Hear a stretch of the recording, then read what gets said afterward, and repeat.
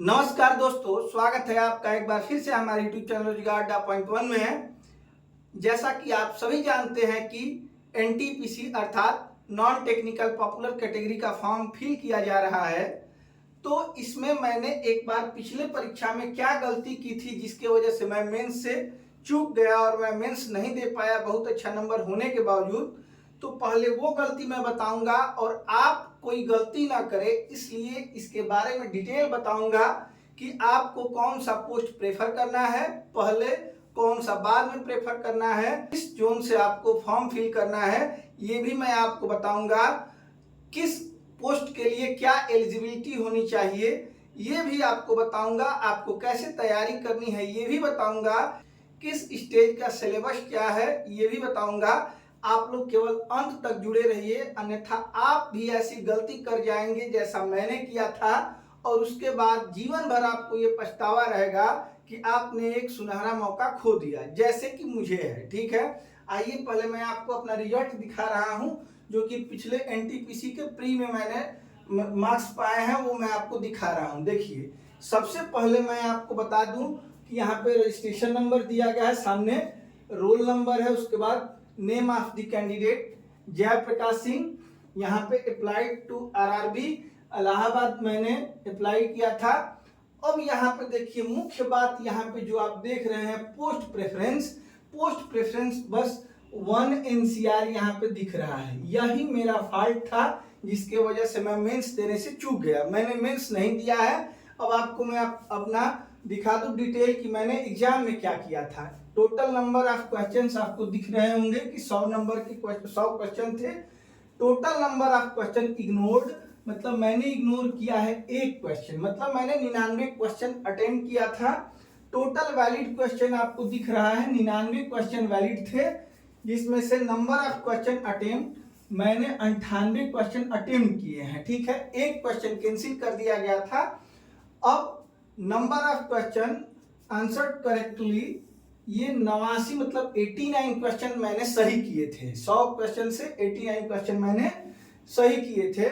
Number of question answered incorrectly, मतलब गलत किया था मैंने 8 क्वेश्चन। ठीक है, अब रॉ स्कोर जो मेरा था वो 86.3333 ऐसे था और pro rated score out of 100 ये 87 नंबर का होता अगर मैं 100 क्वेश्चन अटेम्प्ट की, मतलब अगर वैलिड क्वेश्चन की संख्या 100 होती तो मेरा 87.20538 नंबर होता। ठीक है, अब जो नॉर्मलाइज स्कोर है वो है मेरा 94.63।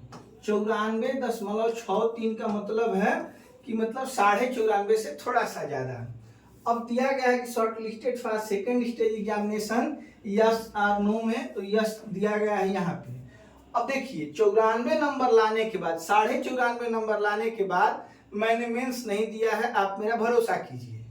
आप सबसे पहले यहाँ ध्यान दीजिए 1 एनसीआर यहाँ पे लिखा हुआ है, मतलब मैंने जो पोस्ट प्रेफर किया है वह केवल 1 एनसीआर था और मैंने मेंस क्यों नहीं दिया इसका कारण आप जानिए। पहले जो मैंने पोस्ट प्रेफर किया था वो ऐसा पोस्ट था जो बहुत जिसकी कम सीटें थी। एनसीआर जो मैंने पोस्ट प्रेफर किया है इसमें केवल एक सीट थी अनरिजर्व के लिए और सबका पहला प्रेफरेंस, जो भी थोड़ा बहुत जानता होगा इसको पोस्ट के बारे में तो एनसीआर को प्रेफर किया होगा। 11,556 लोग इसमें पास किए थे और मेरा एग्जाम उसमें एक था, मतलब मेरे लिए केवल एक सीट थी क्योंकि मैंने पोस्ट प्रेफरेंस में गलती की थी। अब ऐसा क्यों हुआ है ये मैं आपको बाद में बताऊंगा। आइए पहले देख लेते हैं कि आपको कैसे फॉर्म फिल करना है कि आपके साथ ऐसी ट्रेजेडी ना हो। ठीक है, सबसे पहले जानते हैं कि government of India ministry of railway के द्वारा ये विज्ञप्ति संख्या 05/2024 non technical popular category graduate level post है ये। इसके लिए जो इंपॉर्टेंट डेट्स है सबसे पहले वो देखिए। Opening of online registration of application ये 14/9/2024 से आप भर रहे हैं इसको, अगर आपने नहीं भरा है तो भर लीजिएगा। और इसकी क्लोजिंग जो डेट है वो है 13/10 मतलब 13 अक्टूबर को।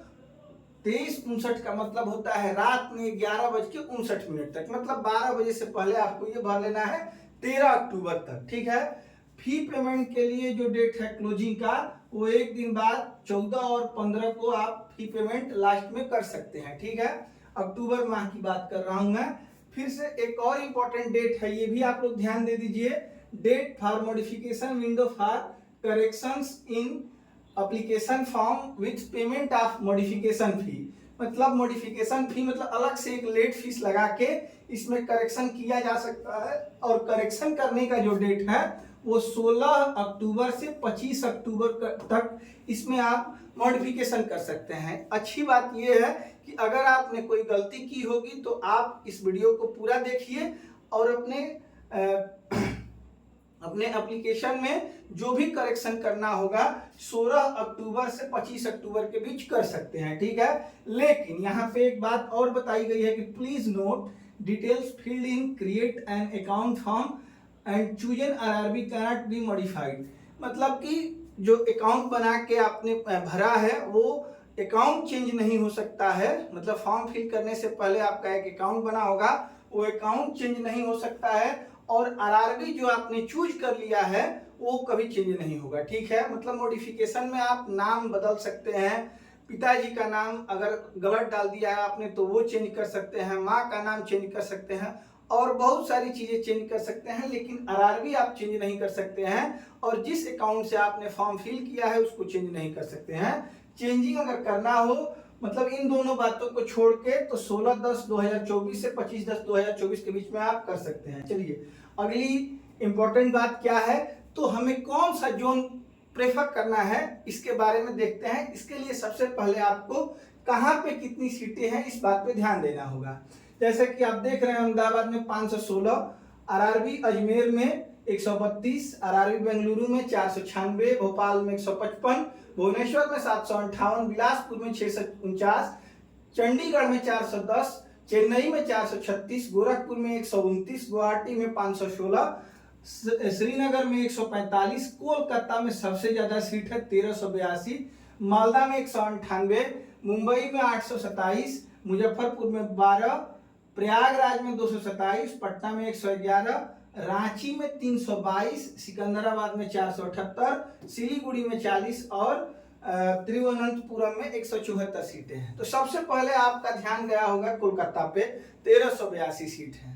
लेकिन मैं कभी रिकमेंड नहीं करूंगा कि आप कोलकाता को प्रेफर करिए।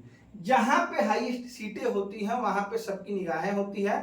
आपको इसमें से कहां प्रेफर करना है, तो आप मुंबई कर सकते हैं, मुंबई, या आप भुवनेश्वर कर सकते हैं। मेरे हिसाब से मुंबई, भुवनेश्वर, बिलासपुर, तीनों में से किसी जोन में आप अप्लाई करिए, निश्चित रूप से आपको फायदा होगा। अगर आप चाहें तो बिलासपुर को चूज करिए, इसमें मुझे लगता है कि सबसे ज्यादा आपको फायदा होने वाला है। कभी भी भूल के कोलकाता को पिक मत करिएगा। आपसे ये मतलब मैं अपना अनुभव साझा कर रहा हूं, जहां पे सीटें ज्यादा होती हैं वहां पे सबसे ज्यादा मेरिट लगती है, ये आप ध्यान रखिएगा। अगर आपको मेरी बातों पर भरोसा ना हो, आप पिछले नोटिफिकेशन को जाकर देखिए कहाँ पे कितनी सीटें थी, और एक बार मेरिट को टैली करिए, आपको समझ में आ जाएगा कि जहाँ ज्यादा सीटें होती हैं वहाँ की मेरिट सबसे हाई लगती है। ठीक है, पिछली बार मैं इलाहाबाद से था, वहाँ बहुत सारी सीटें थी और मेरिट भी बहुत ज्यादा लगी थी वहाँ की, आप पता कर लीजिएगा इस बात को। ठीक है, तो मैं प्रेफर करूंगा यहाँ मुंबई, भुवनेश्वर और बिलासपुर। बिलासपुर मुझे सबसे अच्छा लग रहा है। आप लोग भी मुंबई, बिलासपुर या भुवनेश्वर में से किसी एक में फॉर्म फिल करिएगा। ठीक है, चलिए आगे चलते हैं और थोड़ा सा एक बार पोस्ट प्रेफरेंस के बारे में देखते हैं ताकि आपसे कोई गलती ना हो। देखिए, जो बच्चे टाइपिंग नहीं करते हैं वो भी सीनियर क्लर्क कम टाइपिस्ट के पोस्ट को प्रेफर कर लेते हैं, और टाइपिंग की तैयारी होती नहीं है क्योंकि उन्हें पता ही नहीं है कि इसमें टाइपिंग होती है। आप पहले एक बार देख लीजिए। देखिए, गुड मैनेजर ये लेवल 5 में आता है। ठीक है, इसके लिए एक कॉमन टेस्ट है, मतलब स्टेज 1 पे एक टेस्ट है, स्टेज 1 सीबीटी है, स्टेज 2 सीबीटी है, और इसमें कुछ नहीं है। ठीक है, आगे आपको कुछ नहीं करना है। अब चलिए दूसरा जो है स्टेशन मास्टर का आप देख लीजिए एक बार, और एक देख लीजिए आप चीफ कमर्शियल कम टिकट सुपरवाइजर का। अब दोनों में ये लेवल 6 का है, इसमें भी कॉमन एक स्टेज 1 की सीबीटी मतलब कि कंप्यूटर बेस्ड टेस्ट है, स्टेज 2 में कंप्यूटर बेस्ड टेस्ट होगा और इसमें कुछ नहीं है, मतलब आगे कुछ नहीं करना है, सीधे डॉक्यूमेंट वेरिफिकेशन होगा या मेडिकल टेस्ट होगा। फिजिकल फिटनेस हर पोस्ट के लिए आवश्यक है। आपने ये अगर नोटिफिकेशन सही से देखा होगा तो आपने पढ़ा भी होगा, ठीक है। चलिए, तो मैं अब इसमें प्रेफर करना होगा तो क्या करूंगा, सबसे पहले मैं 4 नंबर को प्रेफर करूंगा, ठीक है। उसके बाद आपको करना है 1 नंबर को, फिर करना है 5 नंबर को। 5 नंबर में क्या है, तो एक यहाँ पे आप देख रहे हैं कंप्यूटर बेस्ड एप्टीट्यूड टेस्ट, ये भी होगा, मतलब 1, 2 और इसमें 3 टेस्ट होंगे जिसको साइको टेस्ट भी कहते हैं। ये एक अलग से तीसरा टेस्ट होगा, किसके लिए, स्टेशन मास्टर के लिए। और ये तो जो पोस्ट हैं, जैसे सीनियर क्लर्क कम टाइपिस्ट में, इसमें टाइपिंग स्किल टेस्ट होगा, और जूनियर अकाउंट असिस्टेंट कम टाइपिस्ट में टाइपिंग स्किल टेस्ट होगा, ठीक है। तो आपको कौन सा पोस्ट सबसे पहले प्रेफर करना है, आपको करना है 4 नंबर मतलब चीफ कमर्शियल कम टिकट सुपरवाइजर, फिर करना है 1 नंबर मतलब गुड्स ट्रेन मैनेजर, फिर स्टेशन मास्टर। उसके बाद इन दोनों में से कोई भी पहले आप कर सकते हैं, ठीक है। तो आपका क्रम होना चाहिए 4, 1, 5, 3, 2, ठीक है। आगे चलते हैं, देखते हैं इसमें एज क्या होनी चाहिए। तो 18 से 33 नॉर्मली रहता है, लेकिन कोविड के कारण ये 3 वर्ष बढ़ा दिया गया है। इसका क्राइटेरिया 18 से 36, 18 वर्ष से 36 वर्ष तक के लोग इसमें भर सकते हैं। अदर जो मतलब आरक्षित कैटेगरी है उसको और भी छूट मिली है, लेकिन ये अनरिजर्व कैटेगरी के लिए मैं बात कर रहा हूं, ठीक है। अब इसमें आप देख पा रहे हैं सीटों की संख्या टोटल कितनी है, तो 8113 पोस्ट है। इसमें सबसे कम अगर किसी का है तो सबसे कम इसका है 732 पोस्ट है सीनियर क्लर्क कम टाइपिस्ट के। मतलब जो मैंने बताया है, देखिए इसमें चीफ कमर्शियल कम टिकट सुपरवाइजर की सीटें 1736, फिर स्टेशन मास्टर की 994, गुड्स ट्रेन मैनेजर की 3144, बहुत ज्यादा पोस्टें हैं। आप इसमें भी मतलब इसमें आप ट्राई कर सकते हैं। हालांकि 8113 तो पिछली बार की अपेक्षा बहुत कम है, इससे तो विद्यार्थी खुश नहीं हुए होंगे, लेकिन क्या करें, मजबूरी है, जितना पोस्ट आ रहा है उसी के लिए लड़ना है, और हमारे लिए तो एक ही पोस्ट चाहिए। आप पुरजोर मेहनत करिए और इन्हीं 8113 सीटों में से एक सीट को आप अपने लिए रिजर्व करिए, ठीक है। चलिए आगे चलते हैं, देख लेते हैं कुछ और जानकारी है। जैसे कि स्टेज 1 में जो कंप्यूटर बेस्ड टेस्ट होगा उसमें क्या क्या पूछा जाएगा आपसे। तो ये टेस्ट होगा 90 मिनट का। इसमें जनरल अवेयरनेस से 40 क्वेश्चन पूछे जाएंगे, 30 मैथमेटिक्स के और 30 रीजनिंग के क्वेश्चन पूछे जाएंगे। टोटल 100 क्वेश्चन होंगे, 1/3 माइनस मार्किंग होगी। इसमें देखिए यहाँ पे लिखा है कि there will be negative marking and 1/3 mark shall be deducted for each wrong answer. मतलब प्रत्येक गलत आंसर के लिए 1/3 मार्क निगेटिव मार्किंग है। मतलब कि अगर 3 क्वेश्चन आप गलत करते हैं तो एक सही क्वेश्चन आपका गलत माना जाएगा, ठीक है। आगे चलते हैं, second stage computer based test जो होगा मतलब CBT 2 जो होगी, उसमें भी 90 मिनट ही दिया जाएगा आपको। इसमें 50 जनरल अवेयरनेस, मैथमेटिक्स से 35 और जनरल इंटेलिजेंस एंड रीजनिंग से 35, मतलब इसमें 120 क्वेश्चन होंगे।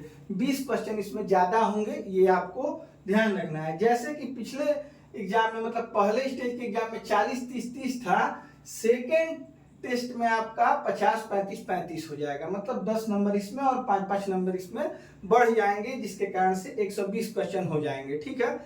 मेरिट जो लगेगी वो सेकेंड स्टेज के टेस्ट पे ही लगेगी मेरिट। इसमें आपको ज्यादा नंबर लाना है, इसमें केवल क्वालिफाई करना है, ठीक है। तो क्वालिफाई करने के लिए भी इसकी मेरिट बहुत हाई गई थी पिछले बार, आपको बेजोड़ मेहनत करना पड़ेगा तभी आप इसमें क्वालिफाई कर पाएंगे।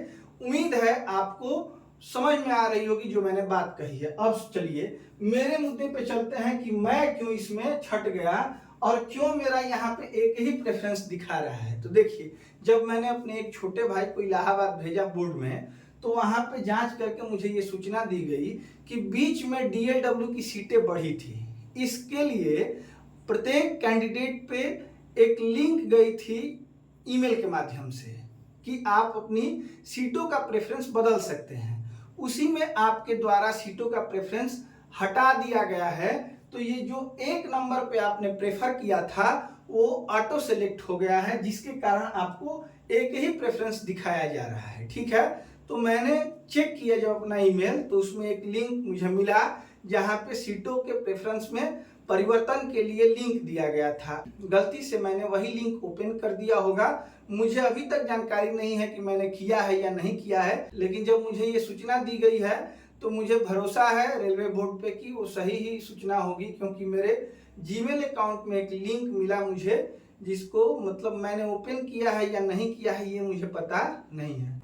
तो इस बात से भी आप सावधान रहेंगे कि आप बीच में कभी लिंक कोई आए आप पे तो उस पर क्लिक करके खोल नहीं देना है। ठीक है, नहीं तो आप भी मेरी तरह पछताएंगे, आपके हाथ से भी ये सुनहरा मौका चला जाएगा जैसे मेरे हाथ से चला गया। चलिए, उम्मीद है आप मेरी बातें समझ चुके होंगे। इस फॉर्म को फिल करने के बाद आप फिर से जुड़ जाइए। किसी विशेष परीक्षा की तैयारी न करते हुए आप सिलेबस की तैयारी करिए, ऐसे सिलेबस की तैयारी करिए कि जो कई एग्जाम्स में कॉमन होते हैं। मैं किसी भर्ती विशेष की तैयारी नहीं कराता हूँ, मैं विषय विशेष की तैयारी कराता हूँ। ठीक है, अगर हमारे द्वारा दी गई जानकारी आपको पसंद आई हो और जरूरी लगी हो तो वीडियो को लाइक करें, चैनल को सब्सक्राइब करें और अपने दोस्तों में शेयर करें, ताकि ये जानकारी उनके पास भी पहुंच पाए और वे भी कोई गलती ना करें।